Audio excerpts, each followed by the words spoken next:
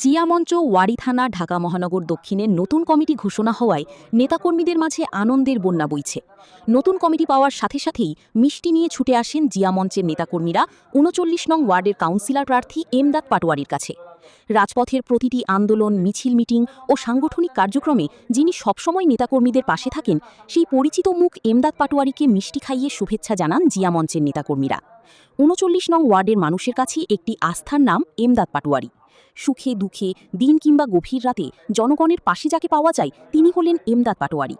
নেতাকর্মীরা বলেন, ৩৯ নং ওয়ার্ডের নয়নের মণি এমদাদ পাটোয়ারি সবসময় আমাদের আপনজন। প্রতিটি রাজনৈতিক ও সামাজিক কর্মকাণ্ডে তিনি সাহস ও অনুপ্রেরণার প্রতীক। এ সময় জনতার কাউন্সিলর প্রার্থী এমদাদ পাটোয়ারি বলেন, আমি সবসময় জনগণের পাশে ছিলাম, আছি এবং থাকব ইনশাল্লাহ। মানুষের সুখে দুঃখে পাশে দাঁড়ানোই আমার রাজনীতির মূল উদ্দেশ্য। ৩৯ নং ওয়ার্ডের প্রতিটি মানুষ আমার পরিবার। দিন হোক কিংবা রাত, মানুষের সেবায় নিজেকে নিয়োজিত রাখব। পরে রাত প্রায় ১২টার দিকেই ঢাকা ৭ আসনের মাননীয় এমপি মহোদয়ের কসাইটুলি অফিসে গিয়ে ছাত্রদলের নতুন কমিটির নেতাকর্মীদের সাথে শুভেচ্ছা ও মিষ্টি বিতরণে অংশ নেন এমদাদ পাটোয়ারি।